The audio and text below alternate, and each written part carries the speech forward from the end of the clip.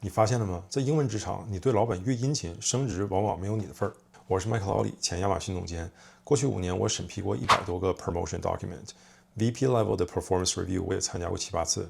我发现一个扎心的真相，就是我们很多优秀的华人被卡在中层，不是因为能力不行，而是掉进了这个中式客气的陷阱。就我们以为我们处处为别人着想，在西方高管眼里头，其实是 leadership 的缺失。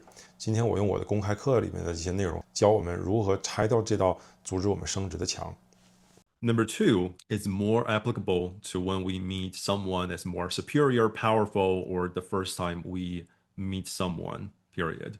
That is to overpraise or overcompliment the other person. My rule of thumb is if you use more than 5 words to tell people how awesome they are, that is defined as overly. So I'll give an example. I've heard so many great things about you, blah, blah, blah. That is overly. I like your shirt. That is just okay. I understand our intent, and I was one of them too, right? And I still couldn't help because it is to show respect and build rapport quickly because this is not a native language or kind of in a foreign country. We wanted to build relationship to help ourselves to survive or thrive. But subconsciously, that's kind of backfiring onto you. The number one, again, is the competence doubt, which will lead to power imbalance and loss of respect. The second one is subtle. Think in your own culture, right? Someone butter you up, someone give you excessive compliments. You always feel you're skeptical. There's a hidden agenda. The subconscious question in your head is, what do they want from me? And that will lead to skepticism and eventually distrust if you observe this to be a trend. The same rule applies the feedback from your boss, like over here, and actually in the previous slide as well, is you need to be more assertive, you need to be more confident, you need to improve your communication skill without concrete, right? The reason why your boss will give you these very generic, sometimes confusing feedback is because they're not trained in giving feedback. Chances are they're also early in their career, they're trying to figure things out, how to lead, how to manage, how to coach. And those are 3 different things that require completely separate skills.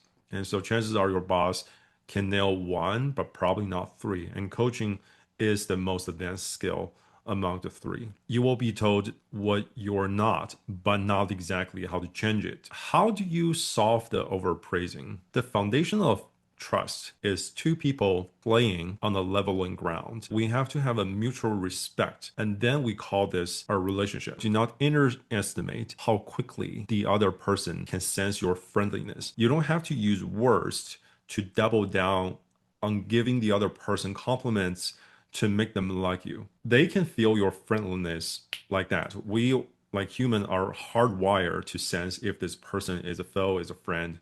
And number 2 is, this is like something that you feel as well, probably, is to not underestimate how quickly the other person can see through that you need something from them. Like same approach, right? When someone give you excessive compliments, subconsciously you're thinking, what do they need from me? And then that happens within milliseconds, right?